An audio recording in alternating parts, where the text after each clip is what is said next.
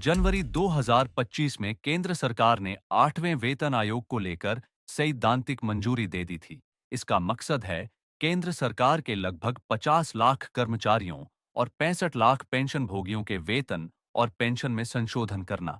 लेकिन अब मई का महीना भी समाप्त होने को है और अगर देखा जाए तो 1 जनवरी 2026 से इसके लागू होने की संभावित तारीख में अब सिर्फ 7 महीने ही बचे हैं। अब सवाल ये है कि क्या यह आयोग समय पर लागू हो पाएगा? आइए जानते हैं अब तक की प्रगति और सरकार की तैयारियों का हाल। 7वें वेतन आयोग का अंत और 8वें की शुरुआत। सबसे पहले आपको बता दें कि मौजूदा 7वें वेतन आयोग का कार्यकाल 31 दिसंबर 2025 को समाप्त हो रहा है। इसीलिए उम्मीद जताई जा रही थी कि 8वें वेतन आयोग को नए साल की शुरुआत से लागू कर दिया जाएगा।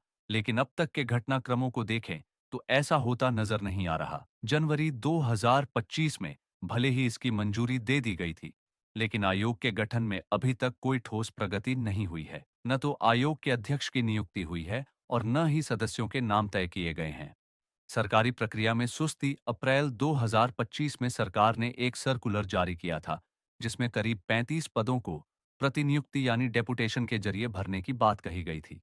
इसके लिए योग्य कर्मचारियों से आवेदन मांगे गए, लेकिन तब से अब तक कोई बड़ा ऐलान नहीं हुआ है।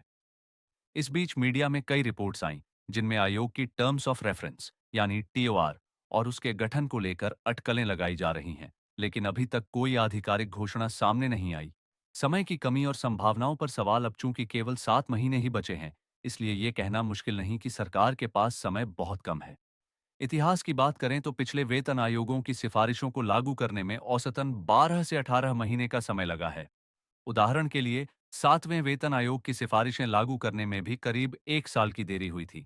लेकिन अच्छी बात यह रही कि तब सभी कर्मचारियों और पेंशनर्स को उसका बकाया यानी अरियर्स भी मिला था।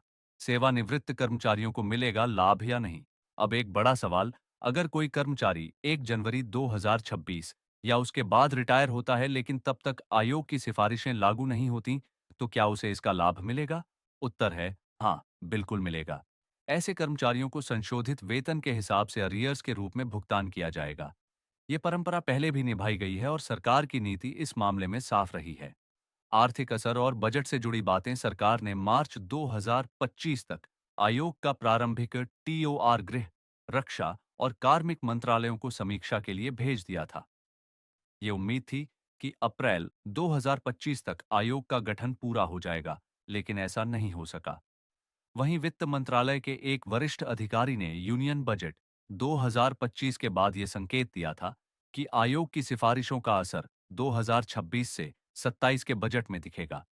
इसका सीधा मतलब यह है कि जनवरी 2026 से लागू होना मुश्किल लग रहा है। राजनीतिक पहलू भी कम महत्वपूर्ण नहीं। राजनीतिक दृष्टिकोण से देखा जाए तो लोकसभा चुनाव 2029 से पहले केंद्र सरकार चाहती है कि कर्मचारियों और पेंशन भोगियों को कुछ बढ़ा दिया जाए। लेकिन जब प्रशासनिक स्तर पर इतनी धीमी प्रगति हो रही है, तो सवाल उठना लाजमी है कि क्या आयोग सही समय पर अपना काम शुरू कर पाएगा। निष्कर्ष, उम्मीद बाकी है। तो दोस्तों, बात साफ है कि 8वें वेतन आयोग को लेकर कर्मचारी वर्ग में भारी उत्सुकता है। लेकिन अगर अगले कुछ महीनों में आयोग का गठन और टीओआर को अंतिम रूप नहीं दिया गया, तो 1 जनवरी 2026 से इसका लागू होना एक बड़ी चुनौती बन जाएगा।